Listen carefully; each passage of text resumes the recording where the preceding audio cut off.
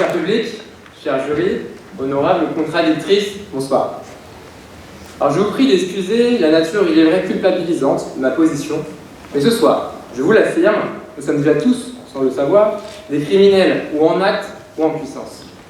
Et c'est ce constat accablant, mais pourtant si évident, qui m'encourage aujourd'hui à vous extirper de votre torpeur, à sortir votre conscience de cette indicible ignorance. Un criminel, scellus, en latin, en breton torpédoule, est, selon le petit Robert Ménard illustré, un musulman qui a commis un acte criminel.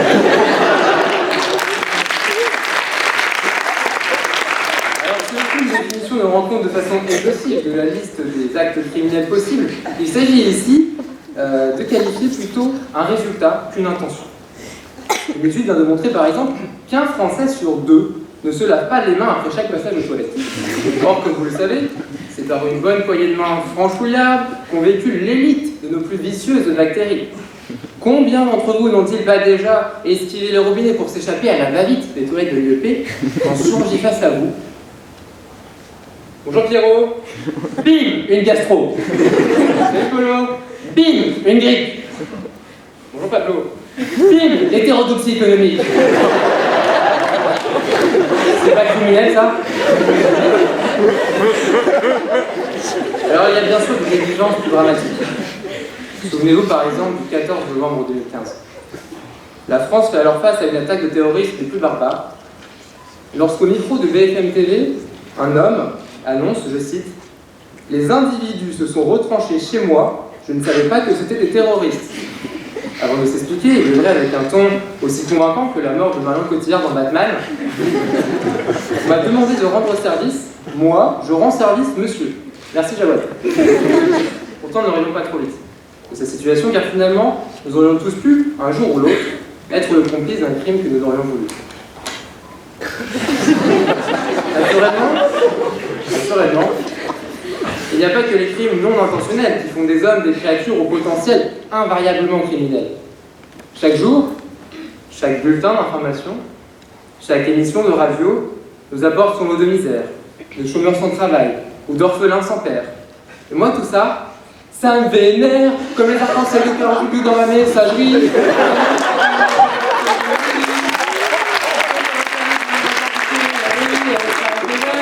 Ça me vénère.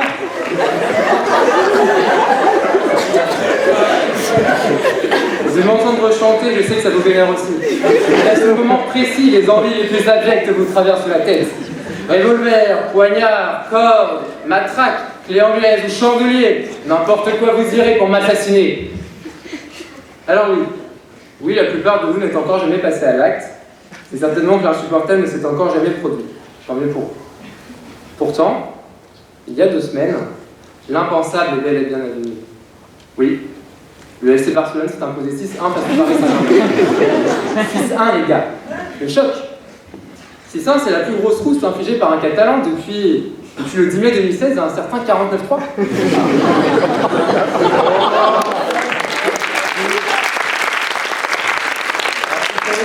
Vous comprenez, certains n'ont pas tenu le coup, et le lendemain on apprenait qu'au Gabon, un supporter parisien égorgeait son meilleur ami, fan du Barça. La défaite était trop injuste, il a préféré enterrer le libre arbitre.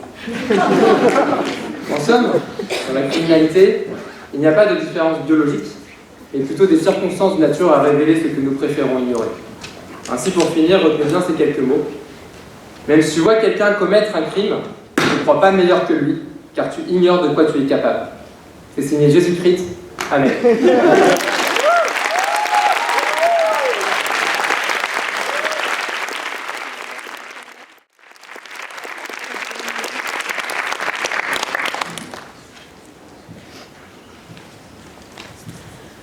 Honorable jury, tout auréolé d'une éclatante sagesse, cher contradicteur, au cœur dur comme la roche qu'elle serre en étau, cher Albert, si tu nous regardes, public adoré dont les clameurs réchauffent les cœurs, bonsoir. Je vais tâcher en quelques brèves paroles de vous démontrer que non, tout homme ou toute femme ne saurait être un ou une criminelle qui s'ignore.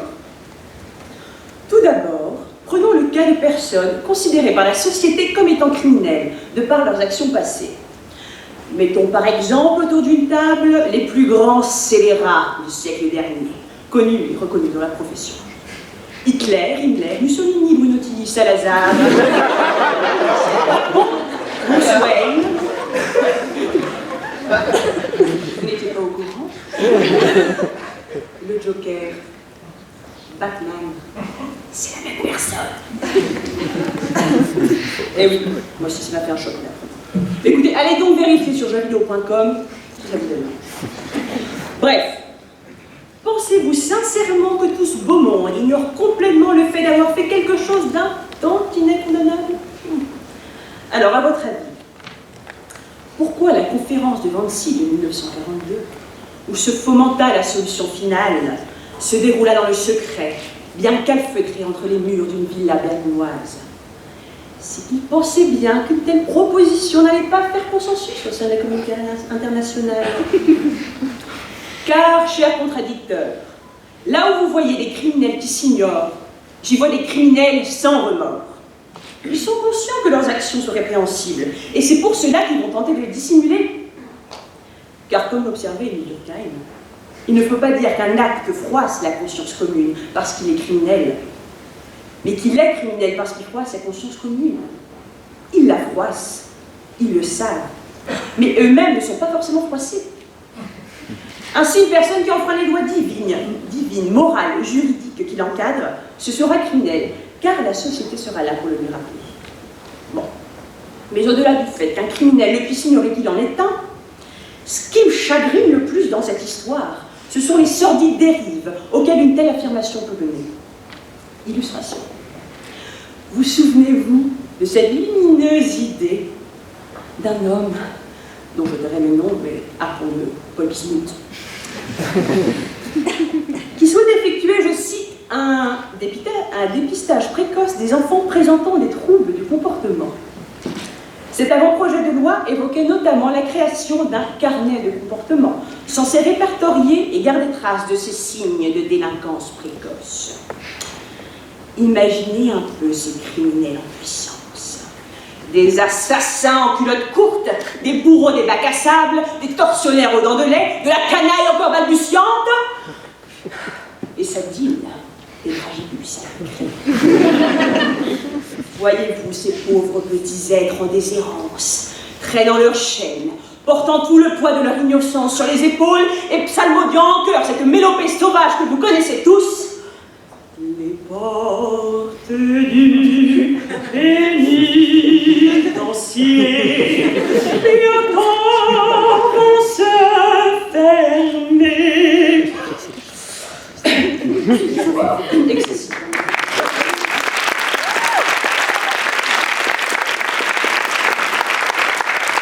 Je refuse donc catégoriquement de céder aux appels effarants et effarés de ceux qui voient en chaque être un criminel qui sommeille, ou un complice passif d'une société en perdition.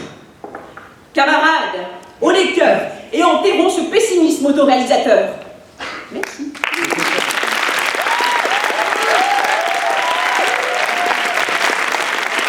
Je pose à tous les deux. Puisque vous êtes là sur une scène, après tout, est-ce que vous pensez que si vous étiez amené à jouer un criminel, à interpréter un criminel, ça ferait, je dirais presque naturellement, apparaître le criminel qui est en vous? En tant que bonne gentlewoman, je laisserai monsieur Couture. C'est vraiment beaucoup trop gentil.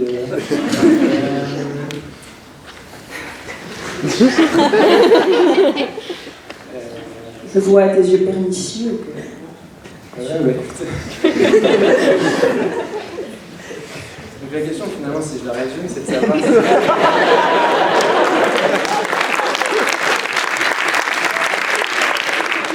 le rôle qu'on nous donne, on le joue avec ce qu'on a de mieux en nous et de pire. Moi je fais pas de théâtre en fait, donc je me suis jamais trop posé la question. J'essaie de gagner du temps là, d'abord et du temps. Mais Léna, toi qui fais du chant lyrique, peut-être que t'as déjà Des grands méchants. que c'est, Des grands méchants. Oui, les gens sont très sombres en fait. Et il est vrai que,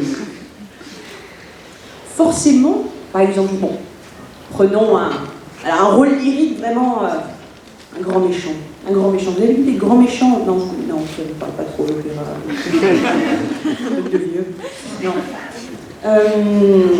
Oui, mais je pense sincèrement pour Carmen, là, si on veut prendre une Carmen un peu violente, un peu... Parce que l'enfant, elle souffre.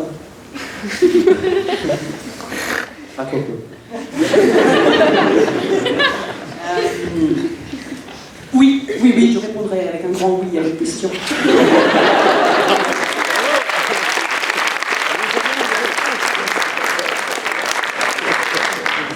Alors restons donc dans des rôles. Si vous étiez un homme d'église, alors je ne sais pas si on peut dire une femme d'église, mais jouons donc le rôle de l'homme d'église également, est-ce que vous pourriez définir le criminel de la même manière que celle que vous avez utilisée dans vos discours précédents? Pourquoi un homme d'église ne pourrait-il pas être criminel finalement?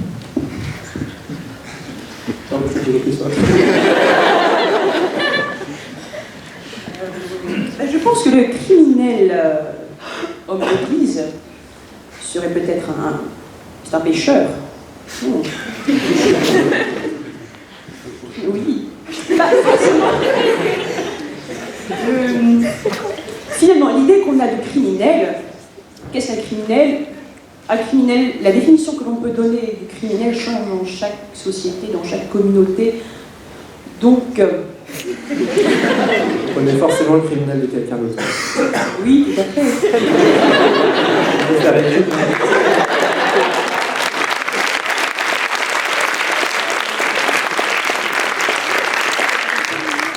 Et donc alors moi, ça m'a fait penser, si on revenait à l'état de nature,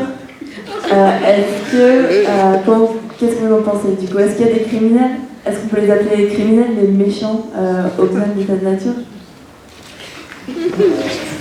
Méchant? En fait, si vous considérez que l'homme est bon naturellement et que c'est la société qui va le corrompre, et donc voilà. Je pense que c'est ce que Camus pensait, non? Dans son livre, parce que si on recontextualise un petit peu la phrase là, donc c'est un extrait de L'homme révolté de Camus, et donc son idée c'est que l'homme est complice de la société dans laquelle il est, parce que j'ai bien compris, hein, je suis pas une experte de Camus, mais donc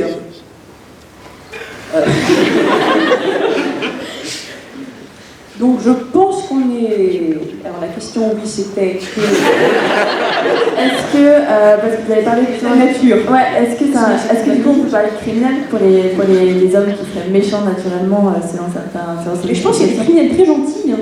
Enfin, Si vous l'avez écouté, il n'y a pas de gens qui sont méchants naturellement, c'est les circonstances qui nous amènent finalement à...